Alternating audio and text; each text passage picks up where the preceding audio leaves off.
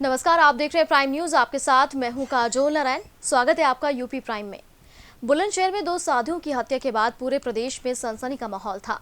मामले की गंभीरता को देखते हुए बुलंदशहर के डीएम रविंद्र कुमार ने तुरंत कार्रवाई की और पुलिस प्रशासन ने मिलकर कुछ ही घंटों में आरोपी को गिरफ्तार कर लिया है, जिसके बाद पूछताछ में जो कुछ भी सामने आया वो चौंकाने वाला था, जिसके बारे में डीएम रविंद्र कुमार ने प्राइम न्यूज को एक्सक्लूसिव जानकारी दी। रिपोर्ट देखिए।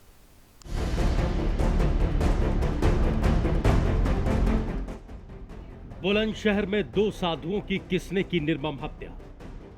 प्राइम न्यूज पर दोनों साधुओं की हत्या का खुलासा। डीएम रविंद्र कुमार ने प्राइम न्यूज पर किया खुलासा। नशे की हालत में की गई थी हत्या।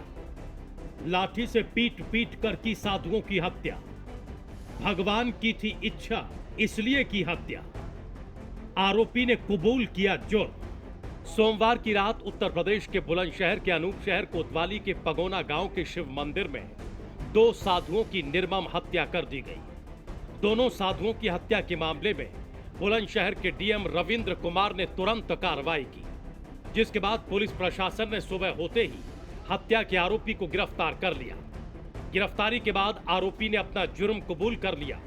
पूछताछ में आरोपी ने क्या कुछ बताया, बुलंदशहर के डीएम ने इस मामले की सबसे पहले एक्सक्लूसिव जानकारी प्राइम न्यूज को दी। जी मैडम, एक राजू नाम का व्यक्ति है जी। उसने स्वयं कबूल किया है कि उन्होंने लाठी से मारकर साधु बाबा की हत्या कर दी, लेकिन वो पूरे नशे में धुत है। उनसे पूछा गया कि आपने क्यों हत्या की, तो उन्होंने सिर्फ ये बताया कि भगवान की इच्छा थी। हम लोगों ने पूछा कि आपका कोई पुराना विवाद था, आपसी रंजिश था। उन्होंने बोला नहीं, ऐसा कुछ नहीं था, भगवान की इच्छा थी। अभी भी वो नशे में पूरा धुत है। मैं और एसएसपी साहब ने उससे पूछताछ की अनूपशहर थाने में, तो बस हमें ऐसा लगता है प्रशासन को कि नशे में धुत व्यक्ति ने नशे में होने के कारण हत्या की है। बाकी आगे जैसा इन्वेस्टिगेशन में सूचना आएगी, इंफॉर्मेशन आएगा, उसके अनुसार प्रशासन द्वारा कार्रवाई किया जाएगा। दोनों साधुओं की हत्या के बाद ये कहा जा रहा था कि हत्या के लिए तलवार का इस्तेमाल किया गया था, लेकिन वास्तविकता इससे बिल्कुल अलग थी, जिसका बुलंदशहर के डीएम रविंद्र कुमार ने खुलासा किया। हमने उनसे ये भी पूछा कि लोग बता रहे हैं कि तलवार से हत्या हुई है, तो उन्होंने यही बताया कि आप देख लो, अगर तलवार से होती तो कहीं कटे का निशान होता। तो पूछवाया भी गया, कहीं कटे का ऐसा निशान नहीं बताया जा रहा है। उसने बताया कि बाबा का डंडा वही पड़ा था, लाठी उसी से सिर पे मार के उसने हत्या की। बुलंदशहर के अनूप शहर कोतवाली के पगोना गांव के शिव मंदिर में रहने वाले साधु जगनदास साधु सेवादास की हत्या का खुलासा तो हो चुका है। आरोपी की गिरफ्तारी भी हो चुकी है और आरोपी ने अपना जुर्म भी कबूल कर लिया है। फिर भी इस पूरे मामले में क्या कुछ नया निकलकर सामने आता है, ये जांच पूरी होने के बाद ही पता चलेगा। बुलंदशहर से अशोक कुमार, प्राइम न्यूज।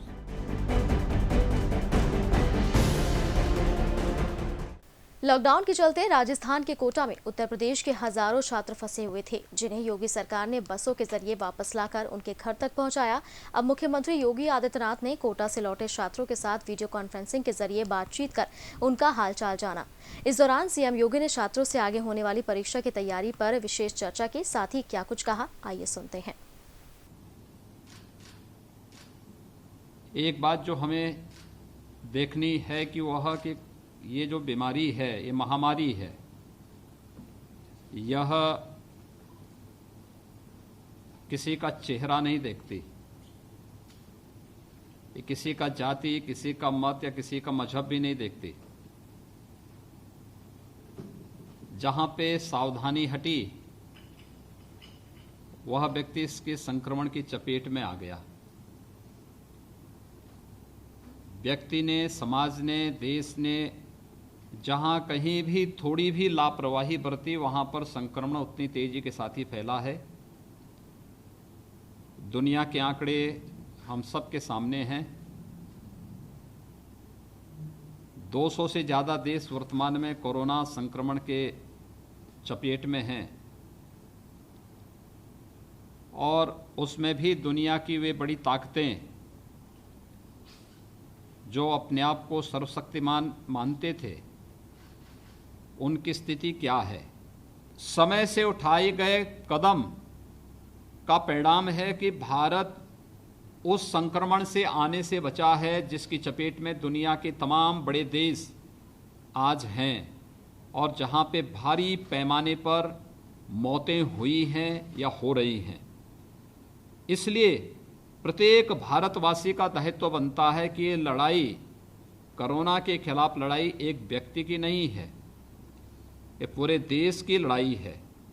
और देश की लड़ाई आदरणीय प्रधानमंत्री जी के नेतृत्व में 135 करोड़ लोगों को हर एक उन संकीर्णताओं से ऊपर उठकर के इस लड़ाई को आगे बढ़ाने की कार्रवाई करनी चाहिए। और इसी दृष्टि से मैंने आवश्यक समझा कि जो आवश्यक कदम हो सकते थे उत्तर प्रदेश की दृष्टि से भी हम लोगों ने सभी कार्यक्रम उत्तर प्रदेश के अंदर भी लागू किए। खासतौर पर अगर मैं उत्तर प्रदेश की जब बात करता हूं तो हम लोगों ने भी मार्च प्रथम सप्ताह में अलर्ट घोषित कर दिया था पूरे प्रदेश में। पहले ही चरण में जो एक सबसे बड़ी परीक्षा हमारी थी कि लगभग 4 लाख लोग जो उस दौरान उत्तर प्रदेश में आए, इन सभी को हमने सुरक्षित इनके जनपद में, इनके गांव में, इन्हें हमने क्वारंटाइन में रखा, शेल्टर होम में रखा। वहां पर इनके लिए सुरक्षित आवास की व्यवस्था, भोजन आदि की व्यवस्था, दवा आदि की व्यवस्था की। और उसमें मुझे प्रसन्नता है कि लगभग 1.5 महीने के दौरान उत्तर प्रदेश में लगभग 6 लाख से अधिक ऐसे कामगार और श्रमिक आए जिन्हें हम सुरक्षित आज होम क्वारंटाइन में उनके घर में भेजे हैं। और ये सभी संक्रमण से मुक्त हैं, किसी भी प्रकार का कोई कोरोना का या किसी भी प्रकार का संक्रमण उसमें नहीं। और उसमें से बहुत सारे लोग तो वर्तमान में उत्तर प्रदेश के विभिन्न कार्य में लगे हुए हैं, लग चुके हैं, अपना कारोबार या काम धाम उन्होंने शुरू कर दिया है। मेरे सामने दूसरा चैलेंज था कि जो हमारे छात्र हैं, जो विभिन्न प्रतियोगी परीक्षाओं की तैयारी के लिए, कोई IIT की तैयारी कर रहा है, कोई नीट की तैयारी करने के लिए कोटा गया है और परिवार से दूर कोटा में रह करके उनके सामने जो परिस्थिति है लॉकडाउन के दौरान, ऐसे 11,500 से अधिक अपने उन युवा साथियों को सुरक्षित इस माहौल में उनके घरों तक पहुंचाने की कार्रवाई करना एक चैलेंज था, लॉकडाउन था। उस सब के बावजूद बहुत सारी जगह इसके बारे में विरोध भी था, लेकिन उन सभी को पहुंचाना था। इसके लिए फिर हम लोगों ने एक कार्य योजना बनाई और भारत सरकार के साथ संवाद स्थापित किया, राजस्थान सरकार के साथ संवाद स्थापित किया और फिर आप लोगों को सुरक्षित आपके घरों तक पहुंचाने की कार्रवाई प्रारंभ की। इस समय जो शासन प्रशासन ने आपको आवश्यक निर्देश दिए हैं, अगर आप इसका पालन करते हैं तो मुझे लगता है कि ये हमारी एक बड़ी उपलब्धि होगी और 23 करोड़ जनता के लिए भी और देश की 135 करोड़ की आबादी के लिए भी ये हम लोगों का एक बेहतर पहल होगी। हम इस मामले में ये मान सकते हैं कि हमारा भी एक कंट्रीब्यूशन होगा कोरोना के संक्रमण को बचाने के लिए। जो मैंने आपसे कहा कि दुनिया के अंदर संक्रमण की स्थिति बहुत खतरनाक दौर में पहुंच चुकी है, भारत उससे बचा है और उत्तर प्रदेश उसमें और भी सुरक्षित अपने आप को अभी तक अनुभव कर रहा है। लेकिन आगे भी हमें सतर्क रहना होगा और उसी सतर्कता के लिए आज मैं आप सबसे बातचीत करने के लिए आया हूं कि मैं प्रत्यक्ष नहीं लेकिन इस हम लोग वीडियो जूम के माध्यम से आपके साथ एक संवाद बना सकें, इसके लिए आज मैं स्वयं भी यहाँ पर आपसे संवाद बनाने के लिए आया हूँ। ये केवल एक सरकारी कार्रवाई मात्र नहीं है, हम सब का भी दायित्व बनता है कि आपदा के समय में हम भी एक कोरोना वॉरियर बन करके और इस लड़ाई का एक हिस्सा बने। और उसमें सबसे पहली बात तो हम स्वयं सुरक्षित रहें, अपने परिवार के सभी सदस्यों को सुरक्षित रखें। और फिर आज के समय में सोशल मीडिया एक बहुत बड़ा हथियार बन चुका है, इस प्लेटफॉर्म का उपयोग करते हुए लोगों से अपील कर सकते हैं। एक तो मैं आप सबसे कहूंगा कि कोरोना के संक्रमण से बचने के लिए भारत सरकार ने आरोग्य सेतु बनाया है। आरोग्य सेतु को डाउनलोड करने की कार्रवाई अपने अपने स्मार्टफोन पर आरोग्य सेतु को डाउनलोड हर एक छात्र करें, हर एक नागरिक करें और ये आपको न केवल आज इसके बारे में सावधानी देगा, बल्कि भविष्य में भी अगर कहीं कभी कोई ऐसा कोरोना पॉजिटिव आपके नज़दीक तक आ गया तो तुरंत आपको अलर्ट देगा। इसलिए इसके बारे में एक सतर्कता हम स्वयं भी बरत लें कि आरोग्य सेतु को हर एक स्मार्टफोन पर, हर एक छात्र के पास, हर एक परिवार के पास, हर एक नागरिक के पास हम इसको डाउनलोड करने की कार्रवाई कर लें। कोरोना को लेकर अपर मुख्य सचिव गृह अवनीश अवस्थी ने जानकारी दी है कि प्रदेश में लॉकडाउन का सख्ती से पालन हो। साथ ही ये निर्देश दिए हैं कि यूपी के हॉटस्पॉट एरिया के हर घर को सैनिटाइज किया जाए। इसके साथ ही उन्होंने कोरोना संकट पर यूपी के बारे में विशेष जानकारियां दी। आज से कल उन्होंने एक अच्छी, बहुत ही छात्रों के हित की जो है निर्देश माननीय मुख्यमंत्री जी ने स्वयं दिया, और प्रयागराज से छात्र जो वहां परीक्षाओं की अन्य तैयारियां कर रहे थे, अब वो जाना उनका अन्य अन्य जनपदों में शुरू हो गया है। ये जो प्रयागराज से बसें चल रही हैं, लगभग 300 बसें चलनी हैं, और अब तक जो है संभवतः 50 से अधिक बसें जो है वहां से निकल चुकी हैं, और ये निरंतर सिलसिला आज और कल जारी रहेगा। माननीय मुख्यमंत्री जी ने कहा है कि जो छात्र जाएंगे उनका स्वास्थ्य परीक्षण होगा, ये बहुत जरूरी है, और जहां भी मूवमेंट होता है स्वास्थ्य परीक्षण के आधार पर ही किसी को चलाया जाए, और जहां रिसीव हो वहां भी पुनः जो है स्वास्थ्य परीक्षण हो। महिला स्वयं सहायता समूहों को व्यापक रूप से मजबूत करते हुए मास्क आदि के निर्माण का भी उनको कार्य दिया जाए, ये निर्देश उन्होंने दिया है।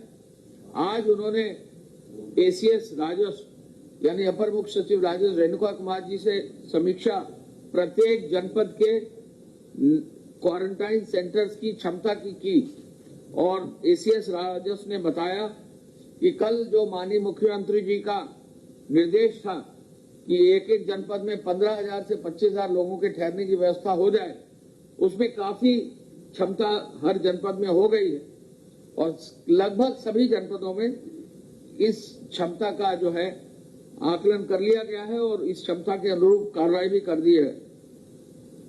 शेल्टर होम में यह अनिवार्य रूप से आदेश है कि जो भी बाहर से व्यक्ति आएंगे उनको 14 दिन के मेडिकल क्वारंटाइन में रखेंगे।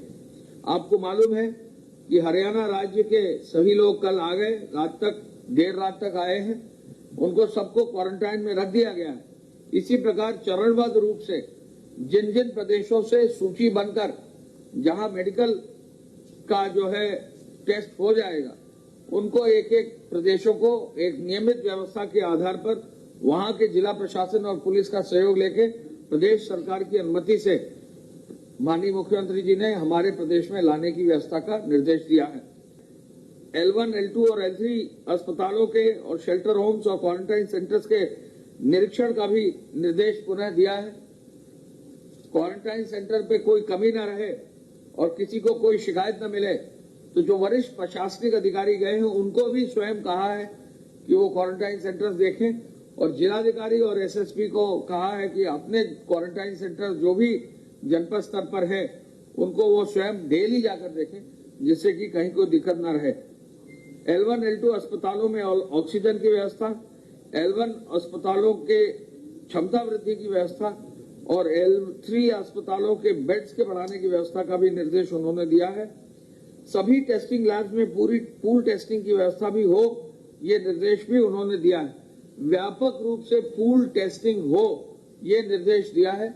अगर आवश्यकता पड़ेगी तो जो लोग बाहर से आ रहे हैं उनकी पूल टेस्टिंग भी करने का भी उन्होंने निर्देश दिया है।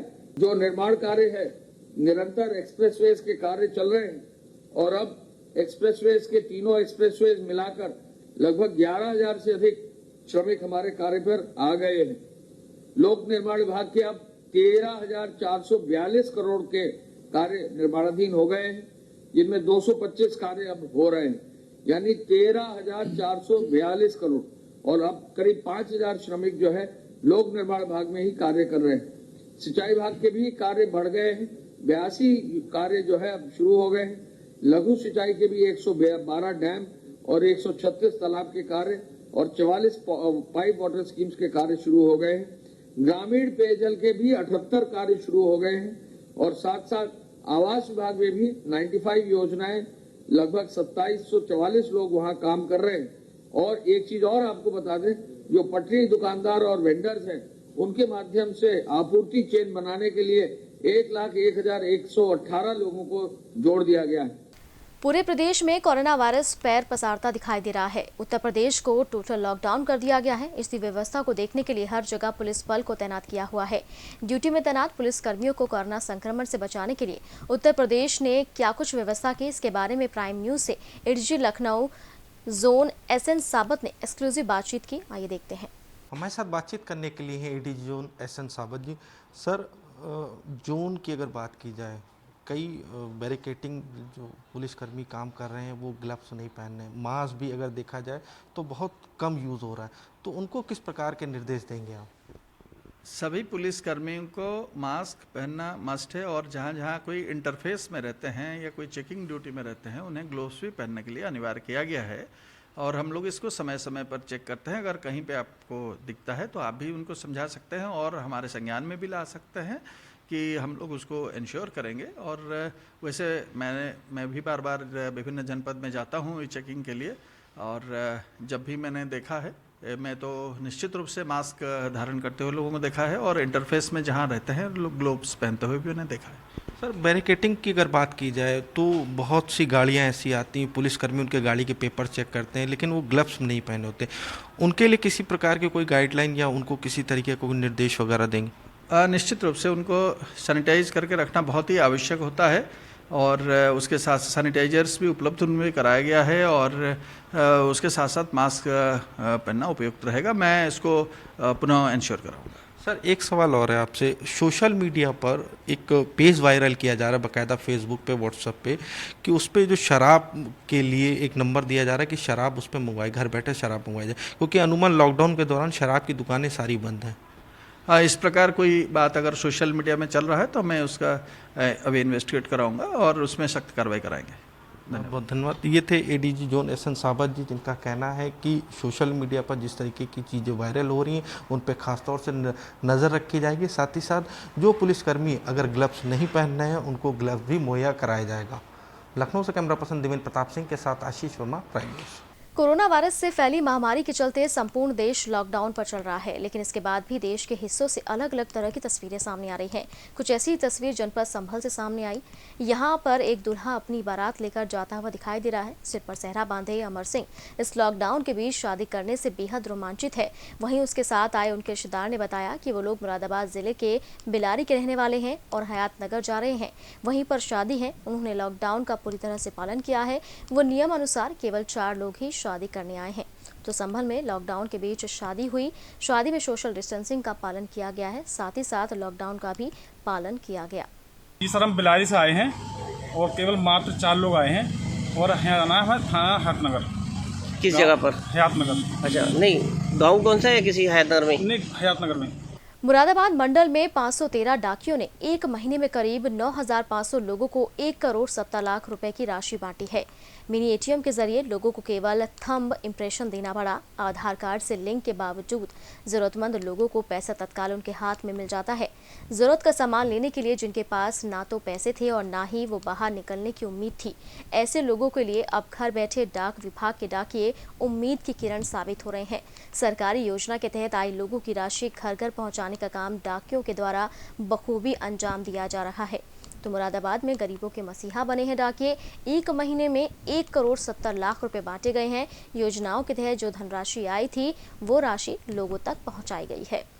हमने 513 माइक्रो ATM अपने पोस्टमैन और ग्रामीण डाक सेवकों को उपलब्ध कराए हुए हैं, जिनके माध्यम से वो घर घर जा करके जो भारत सरकार के द्वारा DBT के तहत जैसे वृद्धावस्था पेंशन, मनरेगा या गैस सब्सिडी और मातृत्व जननी योजना, इस तरह का जितना भी पैसा उनके अकाउंट में आ रहा है उसका पेमेंट घर घर जा करके हमारे शाखा डाकपाल और पोस्टमैन के माध्यम से किया जा रहा है।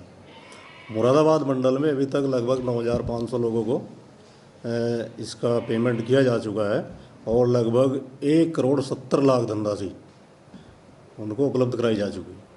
लॉकडाउन के कारण जिले के सभी स्कूल कॉलेजेस बंद है और बच्चों की पढ़ाई ठप है। ऐसे में प्रदेश के बेसिक शिक्षा विभाग ने ऑनलाइन क्लासेस चलाया जाने का निर्देश दिया है। गोंडा जिले का बेसिक शिक्षा विभाग भी अपने स्कूलों में ऑनलाइन क्लास का संचालन कर रहा है और इस तकनीक के जरिए शिक्षक बच्चों को पढ़ा रहे हैं। बच्चे भी कंप्यूटर, लैपटॉप और मोबाइल के जरिए संचालित होने वाली इस ऑनलाइन क्लास से उत्साहित दिखाई दे रहे हैं और इस नए तरीके से हो रही पढ़ाई से वो काफ़ी खुश हैं। तो गोंडा में ऑनलाइन क्लासेस चल रही हैं।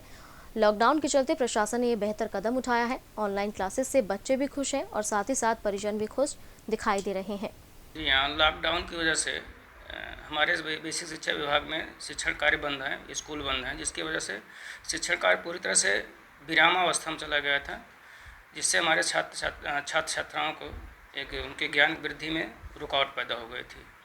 इसमें वृद्धि करने के लिए ऑनलाइन शिक्षण व्यवस्था की गई, जिसके अंतर्गत हम वीडियो कॉन्फ्रेंसिंग, व्हाट्सएप के माध्यम से, हमारे पास दीक्षा ऐप है, बोलो ऐप है, रेडियो के माध्यम से, टीवी के माध्यम से, जो DD-UP पे हमारे यहाँ डेली 11:30 बजे प्रचारित होता है, उसके माध्यम से हम लोग ऑनलाइन शिक्षण व्यवस्था कर रहे हैं। हमारे सभी शिक्षक सभी विद्यालयों में के एक व्हाट्सएप ग्रुप बनाए हुए हैं, जो अभिभावकों से जुड़ करके उनको डेली उनको होमवर्क दे। अयोध्या कोरोना से पूरी तरह से मुक्त हो चुका है। अयोध्या जनपद के पूरा बाजार क्षेत्र के सनेधु गांव की एक गर्भवती महिला को प्राइवेट लैब से जांच के बाद कोरोना पॉजिटिव पाया गया था और ये कोरोना वायरस से संक्रमित पहला मामला था। इसके बाद आनंद फानन में गांव के लोगों को क्वारंटाइन कर दिया गया और महिला के निकट संबंधी और इलाज करने वाले डॉक्टर और स्टाफ को भी क्वारंटाइन किया गया था। अब कोरोना पॉजिटिव महिला की रिपोर्ट नेगेटिव आई है, जिसके बाद पूरी अयोध्या नगरी कोरोना मुक्त हो गई है।